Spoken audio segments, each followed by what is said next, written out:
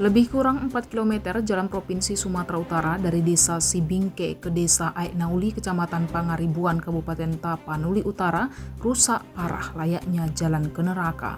Kerusakan jalan tersebut sudah lebih 7 tahun tak ada perbaikan. Warga yang kesal akhirnya tanam pisang di jalan rusak tersebut.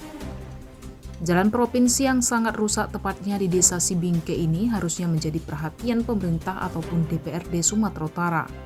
Sebab tiap musim pemilihan, para calon legislatif ataupun eksekutif, baik daerah ataupun pusat melewati jalan rusak tersebut, namun tidak ada perhatian, walau di musim politik, melewati kubangan yang ada di badan jalan.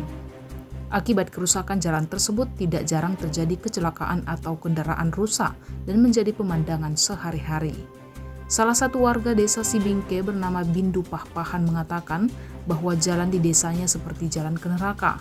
Selama ini jalan tersebut adalah jalan alternatif ketika jalan di Aek Latong, Tapanuli Selatan rusak. Ini udah seperti jalan mau kemana lah, ke neraka lah dunia Pak. Apa harapannya kepada gubernur sekarang, Bapak? Ya mudah-mudahan sesuai harapan kita semua, apalagi visinya Pak Gubernur kita yang baru. Mudah-mudahan cepatlah diperhatikan jalan ini Pak.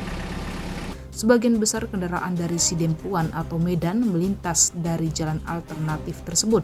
Namun patut disayangkan, jalan rusak ini selalu luput dari Bina Marga Sumatera Utara, walau sudah menahun.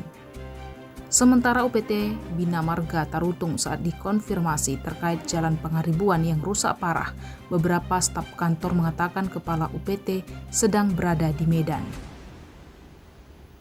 Jangan lewatkan berita menarik lainnya hanya di channel Toba TV. Follow, like, dan subscribe channel Toba TV untuk mendapatkan informasi terbaru lainnya.